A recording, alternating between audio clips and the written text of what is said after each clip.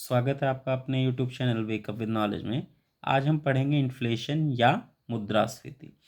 Inflation क्या होता है?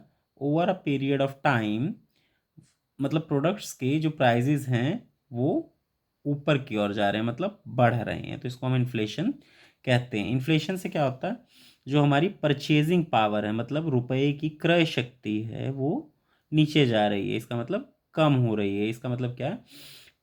अब से पहले, एक पीरियड से पहले आपको 1 रुपए में जो सामान मिलता था, आज वो नहीं मिल रहा है, उसकी क्रय शक्ति कम हो गई है। जैसे उदाहरण माना जाए तो एक साइकिल है जो 2010 में आपको 1500 रुपये में मिल जाती थी, पर 2025 में वही साइकिल 6500 रुपये में मिल रही है। तो इसको हम क्या कहेंगे कि मुद्रास्फीति हुई है। इसके बाद हम देखते हैं कि कौन कौन से रीजंस या फैक्टर्स हैं जिसकी वजह से इन्फ्लेशन होता है। तो दो मेजर फैक्टर्स हैं, एक कॉस्ट ड्रिवन और डिमांड ड्रिवन। मतलब कॉस्ट की वजह से इन्फ्लेशन कैसे होता है? आपकी प्रोडक्शन कॉस्ट बढ़ रही है, ठीक है, आपकी मार्केटिंग कॉस्ट बढ़ रही है किसी प्रोडक्ट को बनाने में, मतलब मार्केटिंग करने में, उसको कंज्यूमर तक ले जाने में ट्रांसपोर्ट की कॉस्ट बढ़ गई है, तो आप उस प्रोडक्ट की कॉस्ट को कंट्रोल नहीं कर पाएंगे, वो बढ़ेंगी। तो ये कॉस्ट ड्रिवन फैक्टर्स हैं। डिमांड ड्रिवन फैक्टर्स क्या होते हैं? जब किसी प्रोडक्ट की डिमांड बहुत हाई हो पर सप्लाई करने वाले कम हो या उसकी सप्लाई कम हो, तो भी प्राइजेस बढ़ने लगते हैं। नेक्स्ट हम पढ़ेंगे बेनिफिट्स क्या होते हैं इन्फ्लेशन के। एम्प्लॉयमेंट जनरेशन होती है। कैसे एम्प्लॉयमेंट जनरेशन होती है?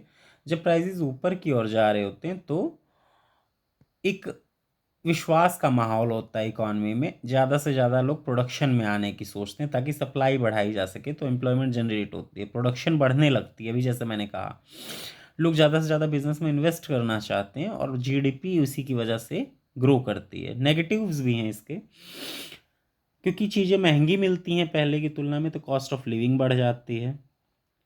इनइक्वालिटी बढ़ती है इकॉनमी में। कैसे?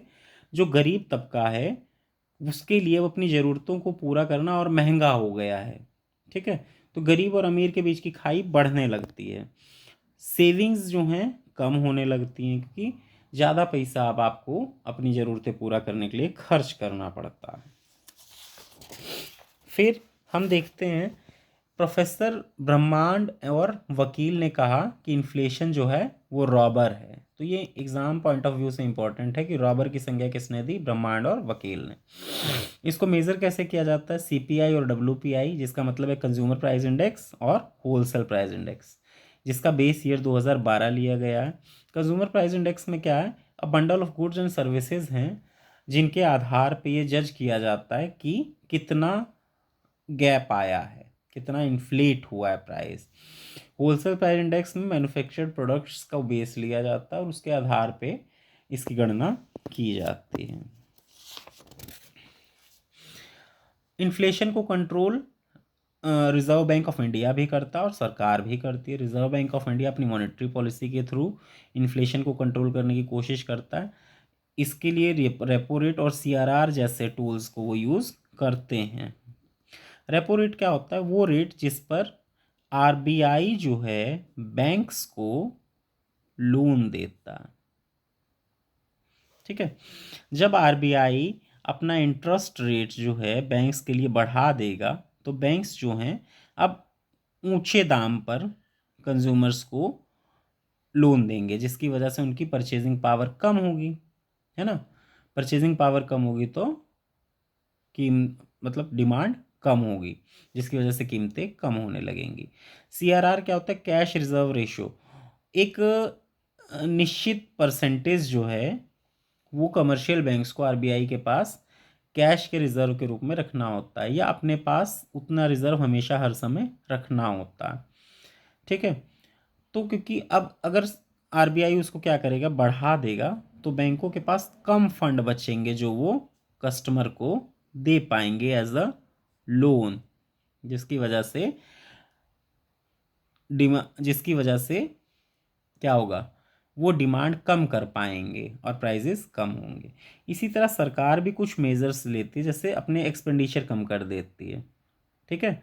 जब एक्सपेंडिचर गवर्नमेंट कम करती है तो इकॉनमी में कम पैसा जाता है, जिसकी वजह से लोगों के परचेजिंग पावर भी कम होती है, वो कम खरीद सकते हैं। इसी तरह टैक्सेस को इंक्रीज़ कर देती है, सब्सिडीज़ को घटा देती है, जिसकी वजह से क्या होता है, उनके पास कम पैसा बचता है खरीदने के लिए, और डिमांड और सप्लाई खुद को बैलेंस करके इन्फ्लेशन को कंट्रोल करने की कोशिश करती है। इसके बाद एक टर्म आती है स्टैगफ्लेशन। स्टैगफ्लेशन क्या होता है, वो इन्फ्लेशन और स्टेगनेशन का मिला जुला रूप है। मतलब प्राइजेस भी बढ़ रहे हैं, पर जीडीपी जो है या इकॉनमी जो है देश की, ना तो बढ़ रही है ना घट रही है। इसको हम स्टैगफ्लेशन की संज्ञा देते हैं। आइडियल इन्फ्लेशन किसी भी इकॉनमी के लिए, या यूं कहें इंडियन इकॉनमी के लिए, 2% से 6% का रखा गया है। इससे कम और इससे ज़्यादा चिंता का विषय है।